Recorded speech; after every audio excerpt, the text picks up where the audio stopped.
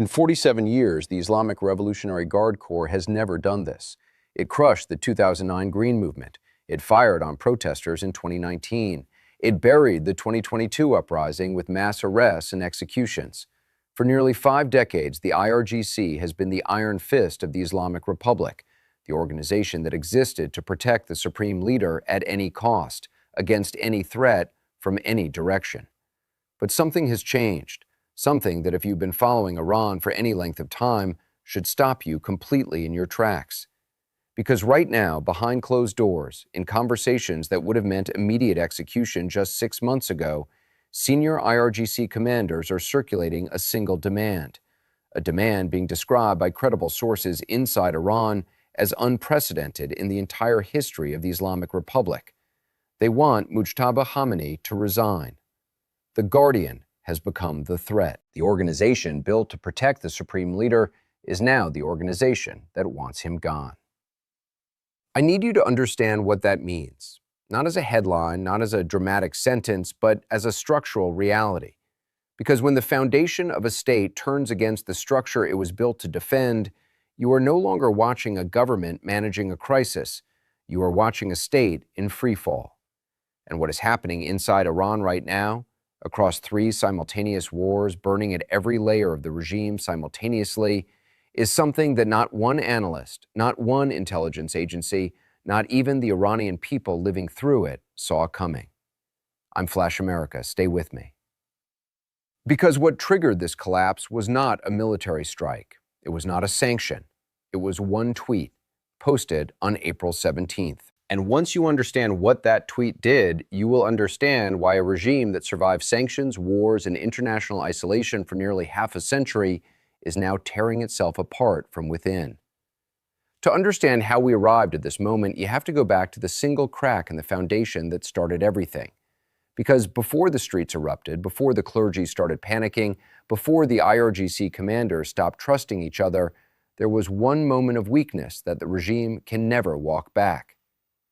For 47 years, the Islamic Republic built its entire identity around one unbreakable promise. We do not surrender. We do not bow. We do not negotiate from a position of weakness. Every sanction that crippled the economy was repackaged as proof of divine resilience. Every international crisis was absorbed and presented to the Iranian people as evidence that resistance itself was the victory. The Supreme Leader, the IRGC, and the hardliners told the Iranian people again and again and again that all the suffering had a purpose, that the suffering was the strategy. On April 17th, Iran's foreign minister posted a tweet. The tweet announced that all commercial vessel passage through the Strait of Hormuz had been fully restored. No deal was signed, no agreement was announced, no guarantees were secured from the United States or any other party. Iran simply handed back its most powerful strategic card, unilaterally, through a social media post. Let me be precise about what the Strait of Hormuz actually represents, because the word leverage does not fully capture it. Nearly 20% of the world's entire oil supply passes through that narrow waterway every single day. For decades, the threat of closing the strait was Iran's ultimate pressure instrument. As long as that threat existed, oil prices stayed elevated, Washington felt the consequences, and Tehran believed it still had a seat at any table that mattered. The moment that tweet went live, Iran returned that leverage to the world, for nothing in exchange. No concessions, no sanctions relief, no dignity of a formal negotiation. Nothing. Multiple sources inside Iran described the same reaction in the hours that followed. Total disbelief, and then explosive rage. IRGC-linked media began calling the foreign minister a traitor within hours. Hardline commentators on state television accused him of betraying Hezbollah, of weakening support for Hamas, of abandoning the principles the regime had told its people were non-negotiable. The foreign minister has not been seen in public since that day, but the damage went deeper than one official's political humiliation. Because what happened immediately after the tweet revealed something far more dangerous. President Trump responded almost instantly. He announced to the world that Iran had agreed to halt all uranium enrichment activities. Iranian officials rushed to deny it, calling the statement fabricated. But here's the truth that every analyst, every diplomat, and every IRGC commander understood in that moment. Whether Trump's claim was accurate no longer mattered. What mattered was what the world saw. The world saw Iran as weak. The regime's own supporters saw their leadership as publicly humiliated, and they saw that Iran had surrendered its strongest card and received nothing, not even the dignity of a formal process. In 1 week, the psychological foundation of the Islamic Republic cracked. This was not an economic trigger. This was not a protest trigger. This was a legitimacy trigger. The moment a regime that built its identity on unbreakable resistance showed visible, undeniable weakness, after 47 years of promising the opposite, the entire structure began to unravel from within. And from that single crack, 3 separate wars ignited simultaneously inside Iran. The first war is the IRGC versus the civilian government. And I want to be precise about this because it is not political tension in any normal sense. This is a slow-motion coup. President Pezeshkian was elected on a platform of pragmatism and moderation. He promised to ease tensions with the outside world and stabilize an economy that was already in serious distress. But what has happened since is not governing. He cannot appoint his own cabinet without IRGC approval. When he attempted to issue an apology to Gulf states in March as a diplomatic gesture, a routine move in international relations, senior IRGC commanders publicly contradicted him within hours. The elected president of Iran was openly overruled by unelected military officers in front of the entire world. What most people outside Iran still do not fully understand is that the country is no longer being governed according to its own constitution. Quietly, with no public announcement, no formal ceremony, no public declaration, a 3-person committee of IRGC origin has assumed effective control over Iran's most critical state decisions. At the center of this shadow committee stands Vahidi, the current supreme commander of the IRGC. Alongside him is Zulgadar, the secretary of the National Security Council, whose appointment was forced upon the president. And completing the trio is Mohsen Rezai, one of the founding commanders of the IRGC, who spent 16 years leading the organization and now serves as the Supreme Leader's senior military advisor. None of these 3 men were elected. None are clerics. All 3 were forged in the Iran-Iraq War, in the creation of Hezbollah, and in the nuclear standoffs of the 2000s. They do not believe in compromise. They were never trained for it. For these men, power is not something to be negotiated. It is something to be held. This shadow committee has pushed the civilian government into something approaching irrelevance. President Pezeshkian has reportedly told IRGC commanders directly, not in public but in private meetings, that without a ceasefire and sanctions relief, the economy will collapse completely within 3 to 4 weeks. He was not speaking to voters. He was warning the men who now actually run the country. And those men listened to the warning and did nothing with it, because for them, the economy is not the priority. Power is. The second war is the clergy versus the IRGC, and this one cuts far deeper than politics. This is a war over the soul of the Islamic Republic itself. The mullahs created this state. The concept of velayat al-faqih, rule by the supreme Islamic jurist, was their invention. Clerical authority was presented as God's governance on earth. Every execution, every suppression, every military campaign was justified in the name of this divine mandate. The Islamic Republic was, by design, a theocracy. The clerics were meant to be permanent. But now, for the first time, an IRGC-dominated committee is running Iran with almost no clerical input. The mullahs are watching their own creation transform into something they no longer recognize and no longer control.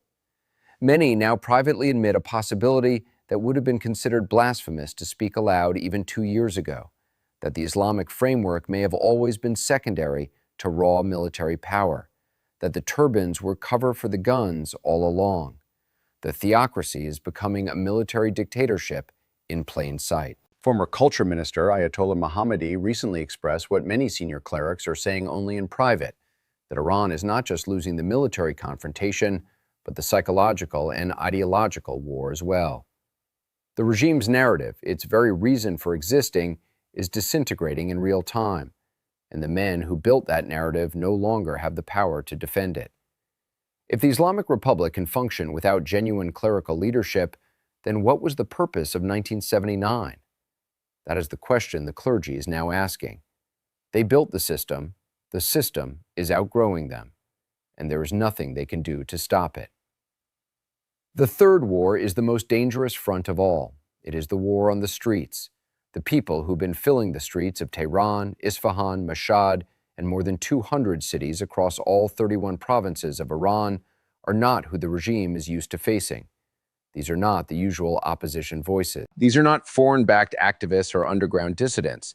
These are the families who sent their sons to die in the Iran-Iraq War.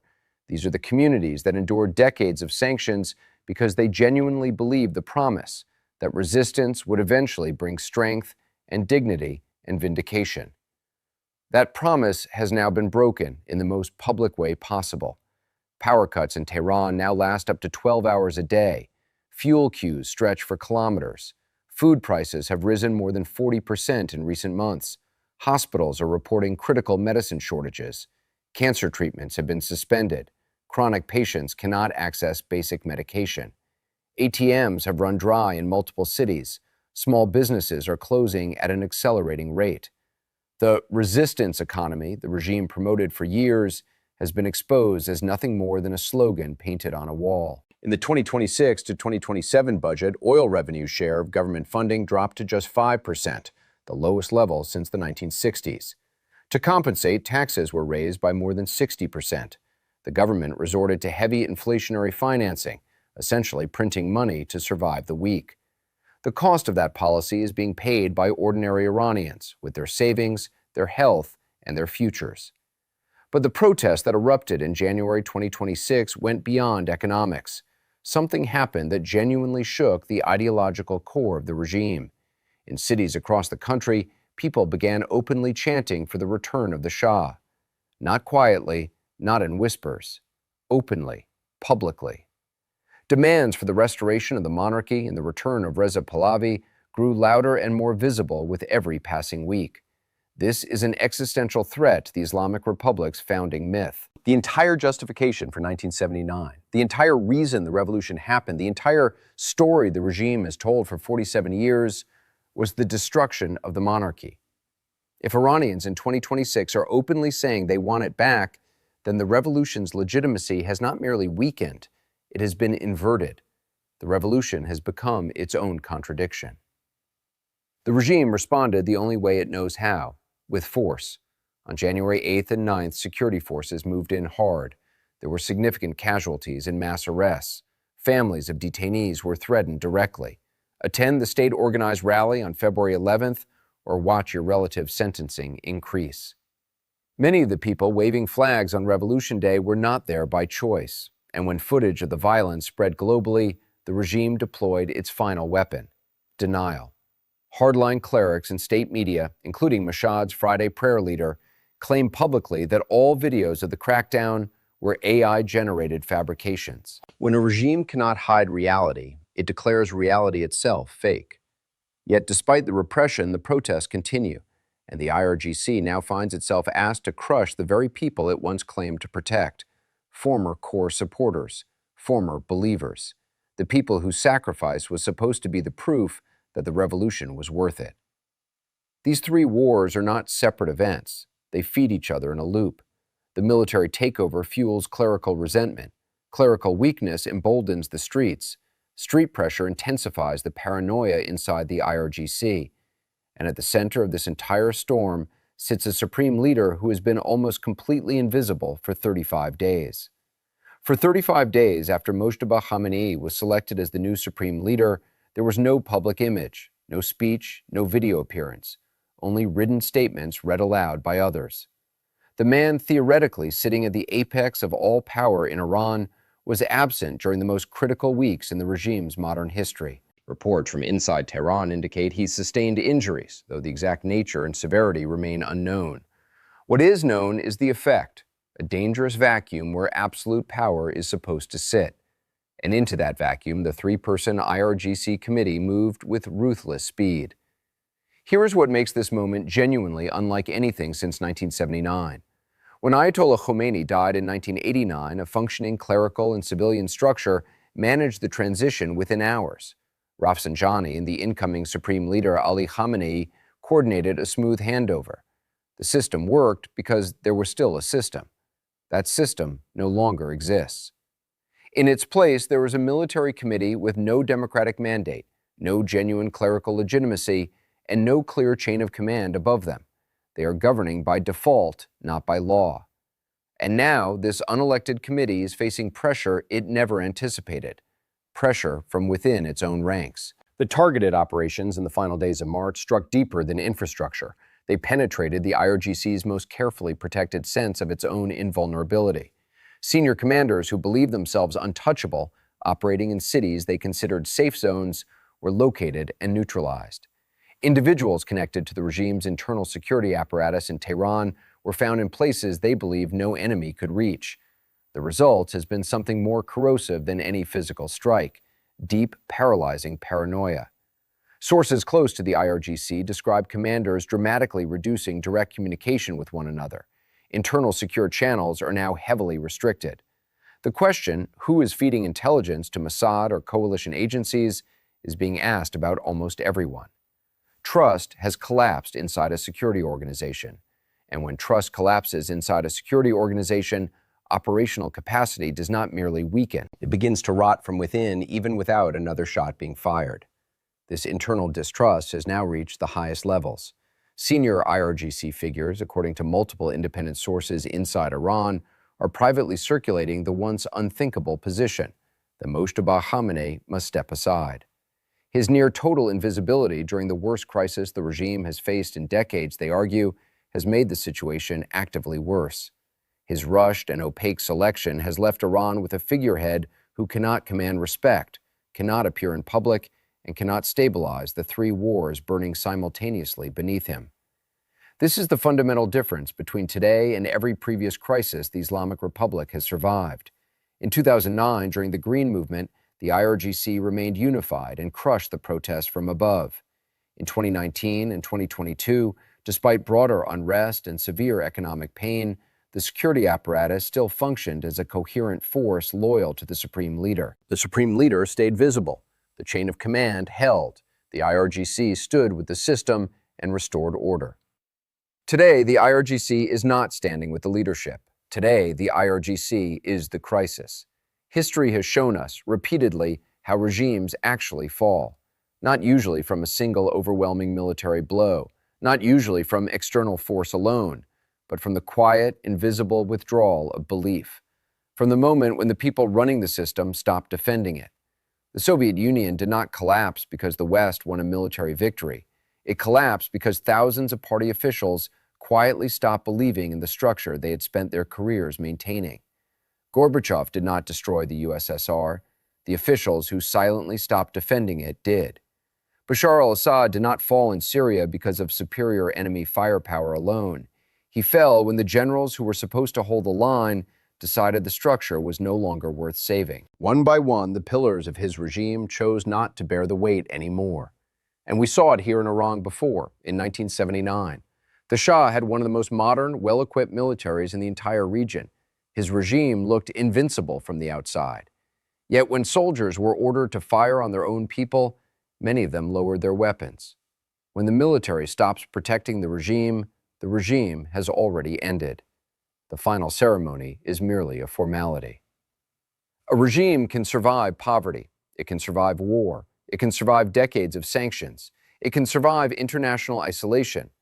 But there is one thing it cannot survive. It cannot survive the moment its own foundation stops believing the story it has been telling. Iran's rulers told their people for 47 years, "We will never surrender." They told them that resistance was divine, that the suffering was purposeful, that the strength would eventually come. One tweet destroyed that story. And when the guardians themselves begin to question the leader they were sworn to protect, when the believers become the doubters, the end is no longer a question of if, it is only a question of when. Look at what exists simultaneously right now inside Iran. A supreme leader who has been invisible for over a month, a president who cannot appoint his own intelligence minister, a shadow military committee governing without constitutional basis, a clerical class watching its own relevance dissolve in real time, a population that endured 47 years of sacrifice, now chanting openly for the return of the Shah, and IRGC commanders so gripped by internal paranoia that they no longer trust the men standing next to them. This is not a single crisis with a solution waiting in the wings. This is a system failing simultaneously at every layer that holds the state together. And the most extraordinary truth at the center of all of it? No invading army crossed Iran's borders. No overwhelming campaign destroyed its military. The regime did this to itself. One voluntary surrender, one broken promise, and the entire foundation of belief collapsed. Because a regime that spends 47 years promising it will never bend cannot survive the moment it is seen bending.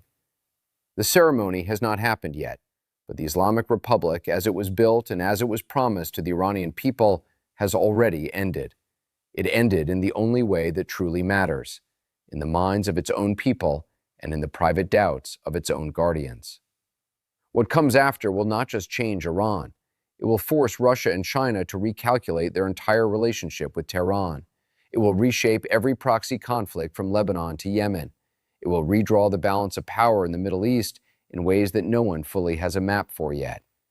And it will finally answer the question that has lingered since 1979. How long can a revolution survive when the revolutionaries themselves stop believing? We are watching that question being answered right now, in real time. I'm Flash America. If this gave you clarity on what is actually happening behind the headlines, on why this is different from every previous crisis the Islamic Republic has faced, subscribe to the channel and hit the notification bell. This situation is moving faster than any news cycle can track, and the next major development could arrive before you finish your day. Drop your thoughts in the comments. Do you think the IRGC completes its power grab and turns Iran into a full military dictatorship? Or does the collapse come before they can consolidate? I read every comment. I'll see you in the next one.